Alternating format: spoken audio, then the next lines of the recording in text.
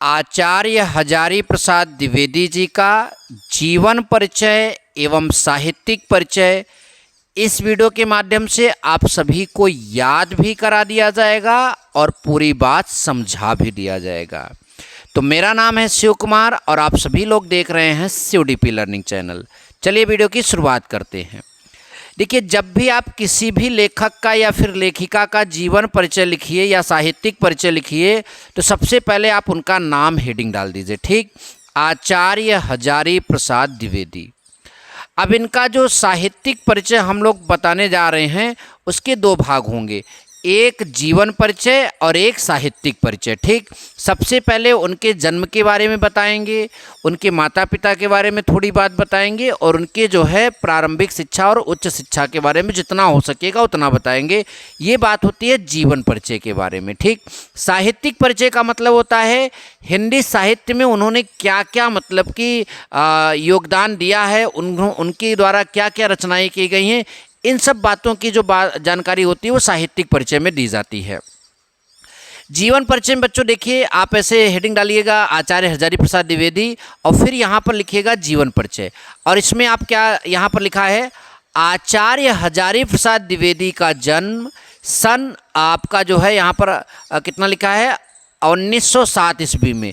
आचार्य हजारी प्रसाद द्विवेदी का जन्म सन 1907 ईस्वी में बलिया जिले के दूबे के छपरा ग्राम में हुआ था। जो आचार्य हजारी प्रसाद द्विवेदी हैं इनका जन्म जो है सन 1907 ईस्वी में बलिया जिले के दूबे के छपरा ग्राम में हुआ था। इनके पिता का नाम अनमोल द्विवेदी तथा माता का नाम ज्योतिष्मती जो है ये था। पिता का नाम अनमोल द्विवेदी तथा माता का नाम जो है ज्योतिष्मती जो था ये इनके माता जी का नाम था। द्विवेदी जी सरयू पारीण ब्राह्मण थे। द्विवेदी जी सरयू पारीण ब्राह्मण थे। इनके बचपन का नाम वैद्यनाथ द्विवेदी था। सन 18 मई सन 1979 में जो है इस महान साहित्यकार का स्वर्गवास हो गया।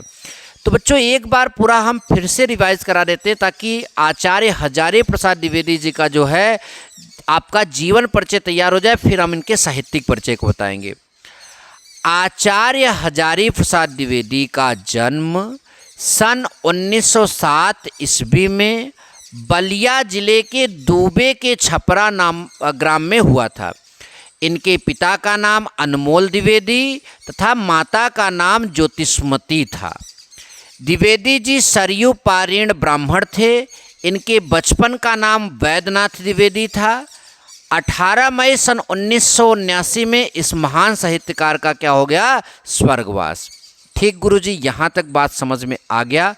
अब आप हम लोगों को जो है इनके साहित्यिक परिचय को बड़े अच्छे से क्लियर करा दीजिए तो हमारा ये भी क्लियर हो जाए।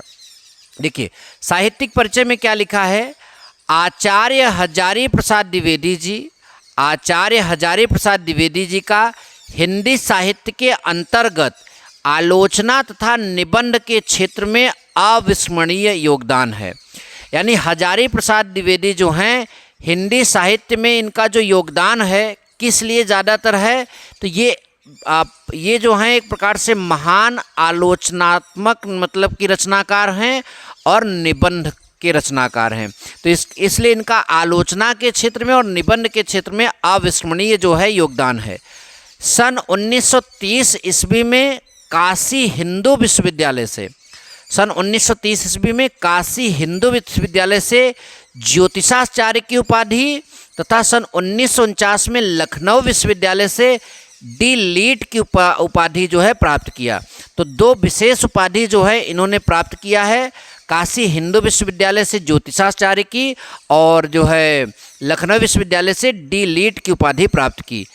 कई विभागों के अध्यक्ष एवं प्रमुख रहे, मतलब कई अलग अलग विभागों के जो हैं ये अध्यक्ष और प्रमुख रहे। सन 1957 ईस्वी में भारत सरकार ने जो है पद्म भूषण की उपाधि से जो है इन्हें सम्मानित किया। एक बार आप इसको फिर से समझ सकते हैं। आचार्य हजारी प्रसाद द्विवेदी जी का जो है हिंदी साहित्य के कौन से मतलब क्षेत्र में हिंदी साहित्य के अंतर्गत आलोचना तथा निबंध के क्षेत्र में जो है अविस्मरणीय योगदान है। सन 1930 ईस्वी में काशी हिंदू विश्वविद्यालय से इन्होंने कौन सी उपाधि प्राप्त की? ज्योतिषाचार्य की। और सन 1949 में लखनऊ विश्वविद्यालय से डीलिट की उपाधि प्राप्त की। कई विभागों के अध्यक्ष और प्रमुख रहे। सन 1957 में भारत सरकार ने पद्म भूषण से जो है उसकी उपाधि से इन्हें सम्मानित किया। तो ये रहा इनका साहित्यिक परिचय। आई होप कि आपको यह बात भी समझ में आया और याद भी ज़रूर हुआ होगा। अब देखिए, किसी भी लेखक का जब हम लोग जीवन परिचय बता देते हैं, साहित्यिक परिचय बता देते हैं, तो अगला जो पड़ाव होता है वो होता है उनकी प्रमुख कृतियों का।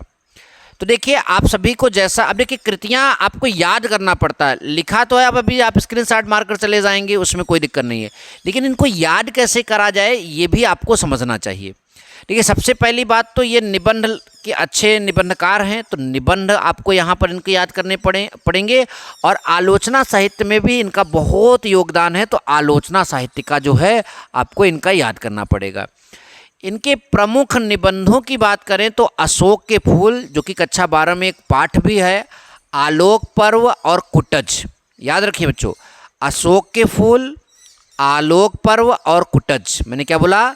अशोक के फूल, आलोक पर्व और कुटज। ये हजारी प्रसाद द्विवेदी जी का जो है प्रमुख निबंध है। ठीक, यहाँ तक बात समझ में आई जी। उपन्यास भी इन्होंने लिखे हैं। बाण भट्ट की आत्मकथा, बाण भट्ट की आत्मकथा, इस उपन्यास के लेखक हजारी प्रसाद द्विवेदी जी हैं। और एक इन्होंने जो है उपन्यास और लिखा है, पुनर्नवा। पुनर्नवा जो है हजारी प्रसाद द्विवेदी जी की ही एक रचना है। ये भी बात समझ में आई। आलोचना साहित्य में बात करें तो साहित्य सहचर और सूर साहित्य, साहित्य सहचर और सूर साहित्य जो है, इन्होंने आलोचना क्षेत्र में जो है अपना ये दो प्रमुख जो है रचना लिखा है। इसके बाद ये हिंदी साहित्य में इतिहास के बारे में जो हैं इन्होंने भी बहुत सारी चीज़ें लिखी है। इसमें हिंदी साहित्य के इतिहास को लिखा है इन्होंने। हिंदी साहित्य के आदिकाल के बारे में जो है इन्होंने बहुत जो है अच्छे से बातों को समझाया है। तो इस तरह से आप इतना भी स्क्रीनशॉट ले सकते हैं हजारी प्रसाद की प्रमुख कृतियों के बारे में।